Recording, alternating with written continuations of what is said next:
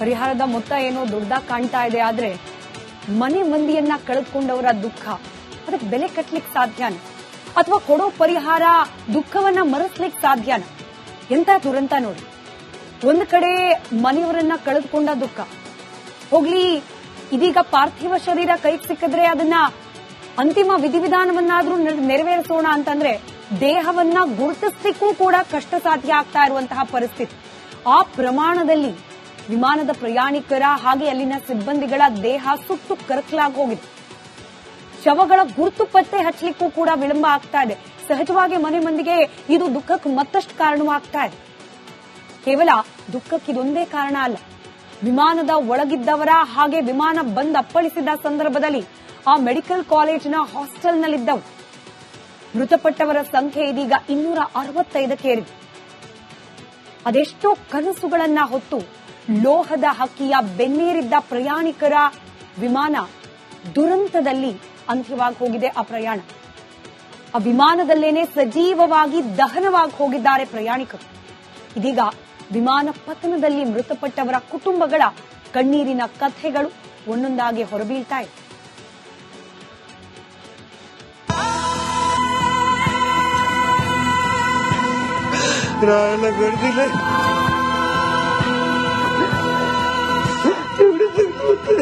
चांगले दिवस आले.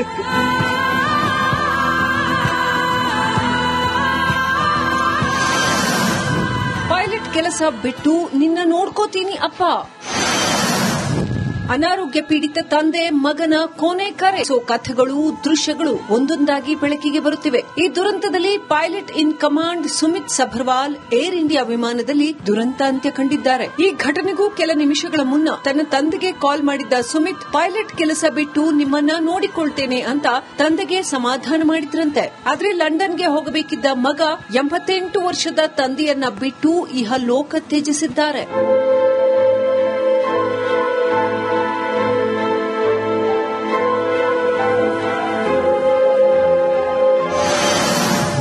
ಪತಿಗೆ ಸರ್ಪ್ರೈಸ್ ಕೊಡಲು ಹೊರಟಿದ್ದ ಪತ್ನಿ.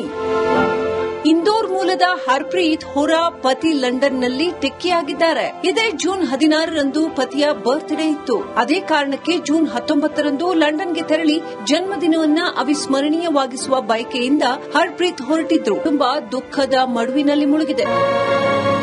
ये पहले 19 तारीख को लंदन जा रही थी, क्योंकि बेटे का जन्मदिन 16 तारीख का था, तो उन्होंने 12 तारीख की टिकट कराई. हाँ, इनके पति का जन्मदिन. सबने उनके जाने के पहले सबने उनको बधाई संदेश दिए. व्हाट्सएप ग्रुप में भी है हमारे पारिवारिक, उसमें भी बधाई दिए. लाइव बात भी हुई सबकी फोन लगा के, और उसके बाद सीधा न्यूज चैनल के माध्यम से मालूम पड़ी ये दुखद घटना. ದುರಂತದಲ್ಲಿ ಇಡೀ ಕುಟುಂಬ ಸರ್ವನಾಶ.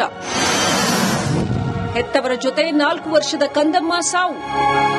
ಇಂಗ್ಲೆಂಡ್ನಲ್ಲಿ ವಾಸವಾಗಿದ್ದ ಅಖಿಲ್ ನಾನಾ ಬಾವ, ಪತ್ನಿ ಹನ್ನಾ ಹಾಗೂ ಅವರ 4 ವರ್ಷದ ಮಗಳು ಸಾರಾ ಕಣ್ಮುಚ್ಚಿದ್ದಾರೆ. ಬ್ರಿಟನ್ ಪ್ರಜೆಗಳಾಗಿದ್ದ ಇವರಿಗೆ ಮಗಳೇ ದೊಡ್ಡ ಪ್ರಪಂಚವಾಗಿದ್ದು. ಈ ದಂಪತಿ ವ್ಯಾಪಾರ ಹಾಗೂ ಪ್ರವಾಸಕ್ಕೆ ಅಂತ ಭಾರತಕ್ಕೆ ಬಂದಿದ್ರು. ಎಲ್ಲ ಕಾರ್ಯ ಮುಗಿದ ಮೇಲೆ ಏರ್ ಇಂಡಿಯಾ ವಿಮಾನ ಹತ್ತಿದ್ರು. ಅದೇ ವಿಮಾನದಲ್ಲಿ ಚಿರನಿದ್ರೆಗೆ ಜಾರಿದ್ರು.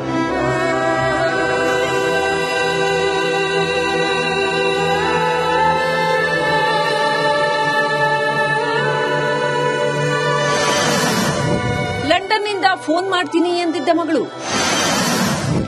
ಭಾರತ ಲೋಕಕ್ಕೆ ಪ್ರಯಾಣ ಬೆಳೆಸಿದ ಗಗನಸಖಿ. ಮೊನ್ನೆ ಬೆಳಗ್ಗೆ 11:30 ಸುಮಾರಿಗೆ ಗಗನಸಖಿ ಮೈಥಿಲಿ ಅಪ್ಪನೊಂದಿಗೆ ಕೊನೆಯದಾಗಿ ಮಾತನಾಡಿದ್ಲು. ಲಂಡನ್ಗೆ ತಲುಪಿದ ಕೂಡಲೇ ಕರೆ ಮಾಡುವುದಾಗಿ ತಿಳಿಸಿದ್ಲು. ಆದರೆ ಅಹಮದಾಬಾದ್ ಏರ್ಪೋರ್ಟ್ನಿಂದ ಟೇಕ್ ಆಫ್ ಆದ ವಿಮಾನ ಕೆಲವೇ ನಿಮಿಷಗಳಲ್ಲಿ ಪತನಗೊಂಡಿತು. ಇದೇ ವಿಮಾನದಲ್ಲಿ ಗಗನಸಖಿಯಾಗಿದ್ದ ಮೈಥಿಲಿ ದುರಂತ ಅಂತ್ಯ ಕಂಡಿದ್ದು. नंतर मग अहमदाबादशी तिने मम्मीला फोन केला, तिच्या माझ्या पत्नीला. मी पण होतो, मामा पण होता. 1:10 ते 12 मिनिटांनी फोन आला होता. मी ऐकलं का दिल्लीला जाणार फ्लाईट. माझ्या मिसेसने पण मला ती गोष्ट सांगितली का ती लंडनला चालले. आणि 2:30ला मी 2:15ला मी तिला हे दाखवलं, बरं मुलगी आपली कुठं चालली, असं झालंय. पण तिच्या मैत्रिणीचा फोन तिला आला.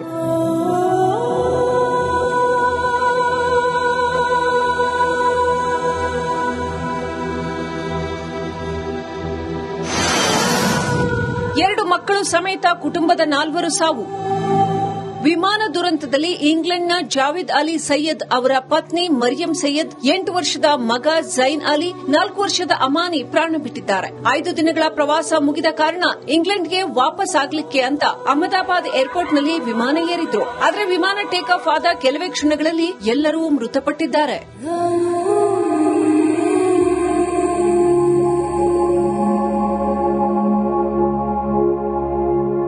News desk, republic Kannada. ಪರಿಹಾರದ ಮೊತ್ತ ಏನೋ ದೊಡ್ಡದಾಗಿ ಕಾಣ್ತಾ ಇದೆ, ಆದ್ರೆ ಮನೆ ಮಂದಿಯನ್ನ ಕಳೆದುಕೊಂಡವರ ದುಃಖ, ಅದಕ್ಕೆ ಬೆಲೆ ಕಟ್ಟಲಿಕ್ಕೆ ಸಾಧ್ಯನ? ಅಥವಾ ಕೊಡೋ ಪರಿಹಾರ ದುಃಖವನ್ನ ಮರೆಸ್ಲಿಕ್ಕೆ ಸಾಧ್ಯನ? ಎಂತ ದುರಂತ ನೋಡಿ. ಒಂದ್ ಕಡೆ ಮನೆಯವರನ್ನ ಕಳೆದುಕೊಂಡ ದುಃಖ ಹೋಗ್ಲಿ, ಇದೀಗ ಪಾರ್ಥಿವ ಶರೀರ ಕೈಗೆ ಸಿಕ್ಕಿದ್ರೆ ಅದನ್ನ ಅಂತಿಮ ವಿಧಿವಿಧಾನವನ್ನಾದ್ರೂ ನೆರವೇರಿಸೋಣ ಅಂತಂದ್ರೆ ದೇಹವನ್ನ ಗುರುತಿಸಲಿಕ್ಕೂ ಕೂಡ ಕಷ್ಟ ಸಾಧ್ಯ ಆಗ್ತಾ ಇರುವಂತಹ ಪರಿಸ್ಥಿತಿ. ಆ ಪ್ರಮಾಣದಲ್ಲಿ ವಿಮಾನದ ಪ್ರಯಾಣಿಕರ ಹಾಗೆ ಅಲ್ಲಿನ ಸಿಬ್ಬಂದಿಗಳ ದೇಹ ಸುಟ್ಟು ಕರಕಲಾಗಿ ಹೋಗಿದೆ. ಶವಗಳ ಗುರುತು ಪತ್ತೆ ಹಚ್ಚಲಿಕ್ಕೂ ಕೂಡ ವಿಳಂಬ ಆಗ್ತಾ ಇದೆ. ಸಹಜವಾಗಿ ಮನೆ ಮಂದಿಗೆ ಇದು ದುಃಖಕ್ಕೆ ಮತ್ತಷ್ಟು ಕಾರಣವಾಗ್ತಾ ಇದೆ. ಕೇವಲ ದುಃಖಕ್ಕೆ ಇದೊಂದೇ ಕಾರಣ ಅಲ್ಲ. ವಿಮಾನದ ಒಳಗಿದ್ದವರ ಹಾಗೆ ವಿಮಾನ ಬಂದ್ ಅಪ್ಪಳಿಸಿದ ಸಂದರ್ಭದಲ್ಲಿ ಆ ಮೆಡಿಕಲ್ ಕಾಲೇಜಿನ ಹಾಸ್ಟೆಲ್ನಲ್ಲಿದ್ದವರು ಮೃತಪಟ್ಟವರ ಸಂಖ್ಯೆ ಇದೀಗ 265ಕ್ಕೆ ಏರಿದೆ. ಅದೆಷ್ಟೋ ಕನಸುಗಳನ್ನ ಹೊತ್ತು ಲೋಹದ ಹಕ್ಕಿಯ ಬೆನ್ನೇರಿದ್ದ ಪ್ರಯಾಣಿಕರ ವಿಮಾನ ದುರಂತದಲ್ಲಿ ಅಂತ್ಯವಾಗಿ ಹೋಗಿದೆ. ಆ ಪ್ರಯಾಣ, ಆ ವಿಮಾನದಲ್ಲೇನೆ ಸಜೀವವಾಗಿ ದಹನವಾಗಿ ಹೋಗಿದ್ದಾರೆ ಪ್ರಯಾಣಿಕರು. ಇದೀಗ ವಿಮಾನ ಪತನದಲ್ಲಿ ಮೃತಪಟ್ಟವರ ಕುಟುಂಬಗಳ ಕಣ್ಣೀರಿನ ಕಥೆಗಳು ಒಂದೊಂದಾಗಿ ಹೊರಬೀಳ್ತಾ ಇದೆ.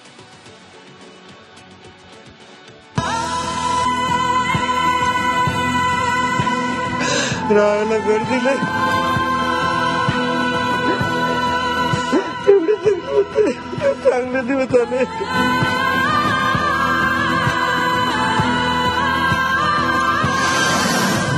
ಪೈಲಟ್ ಕೆಲಸ ಬಿಟ್ಟು ನಿನ್ನ ನೋಡ್ಕೋತೀನಿ ಅಪ್ಪ.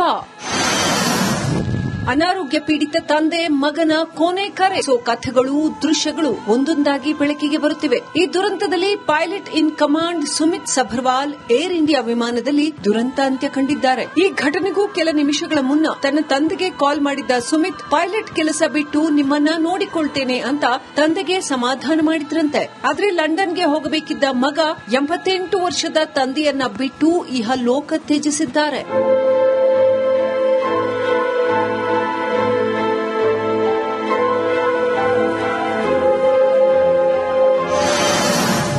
ಪತಿಗೆ ಸರ್ಪ್ರೈಸ್ ಕೊಡಲು ಹೊರಟಿದ್ದ ಪತ್ನಿ.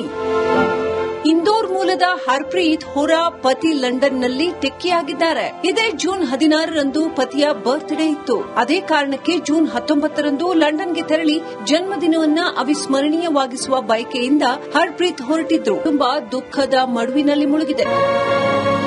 ये पहले 19 तारीख को लंदन जा रही थी, क्योंकि बेटे का जन्मदिन 16 तारीख का था, तो उन्होंने 12 तारीख की टिकट कराई. हाँ, इनके पति का जन्मदिन. सबने उनके जाने के पहले सबने उनको बधाई संदेश दिए. व्हाट्सएप ग्रुप में भी है हमारे पारिवारिक, उसने भी बधाई दिए. लाइव बात भी हुई सबकी फोन लगा के, और उसके बाद सीधा न्यूज चैनल के माध्यम से मालूम पड़ी ये दुखद घटना. ದುರಂತದಲ್ಲಿ ಇಡೀ ಕುಟುಂಬ ಸರ್ವನಾಶ. ಹೆತ್ತವರ ಜೊತೆ 4 ವರ್ಷದ ಕಂದಮ್ಮ ಸಾವು. ಇಂಗ್ಲೆಂಡ್ನಲ್ಲಿ ವಾಸವಾಗಿದ್ದ ಅಖಿಲ್ ನಾನಾ ಬಾವ, ಪತ್ನಿ ಹನ್ನಾ ಹಾಗೂ ಅವರ 4 ವರ್ಷದ ಮಗಳು ಸಾರಾ ಕಣ್ಮುಚ್ಚಿದ್ದಾರೆ. ಬ್ರಿಟನ್ ಪ್ರಜೆಗಳಾಗಿದ್ದ ಇವರಿಗೆ ಮಗಳೇ ದೊಡ್ಡ ಪ್ರಪಂಚವಾಗಿದ್ದು. ಈ ದಂಪತಿ ವ್ಯಾಪಾರ ಹಾಗೂ ಪ್ರವಾಸಕ್ಕೆ ಅಂತ ಭಾರತಕ್ಕೆ ಬಂದಿದ್ರು. ಎಲ್ಲ ಕಾರ್ಯ ಮುಗಿದ ಮೇಲೆ ಏರ್ ಇಂಡಿಯಾ ವಿಮಾನ ಹತ್ತಿದ್ರು. ಅದೇ ವಿಮಾನದಲ್ಲಿ ಚಿರನಿದ್ರೆಗೆ ಜಾರಿದ್ರು.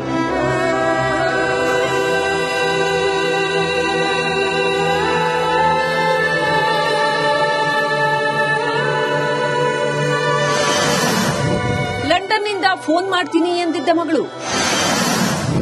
ಭಾರತ ಲೋಕಕ್ಕೆ ಪ್ರಯಾಣ ಬೆಳೆಸಿದ ಗಗನಸಖಿ. ಮೊನ್ನೆ ಬೆಳಗ್ಗೆ 11:30 ಸುಮಾರಿಗೆ ಗಗನಸಖಿ ಮೈಥಿಲಿ ಅಪ್ಪನೊಂದಿಗೆ ಕೊನೆಯದಾಗಿ ಮಾತನಾಡಿದ್ಲು. ಲಂಡನ್ಗೆ ತಲುಪಿದ ಕೂಡಲೇ ಕರೆ ಮಾಡುವುದಾಗಿ ತಿಳಿಸಿದ್ಲು. ಆದರೆ ಅಹಮದಾಬಾದ್ ಏರ್ಪೋರ್ಟ್ನಿಂದ ಟೇಕ್ ಆಫ್ ಆದ ವಿಮಾನ ಕೆಲವೇ ನಿಮಿಷಗಳಲ್ಲಿ ಪತನಗೊಂಡಿತು. ಇದೇ ವಿಮಾನದಲ್ಲಿ ಗಗನಸಖಿಯಾಗಿದ್ದ ಮೈಥಿಲಿ ದುರಂತ ಅಂತ್ಯ ಕಂಡಿತು.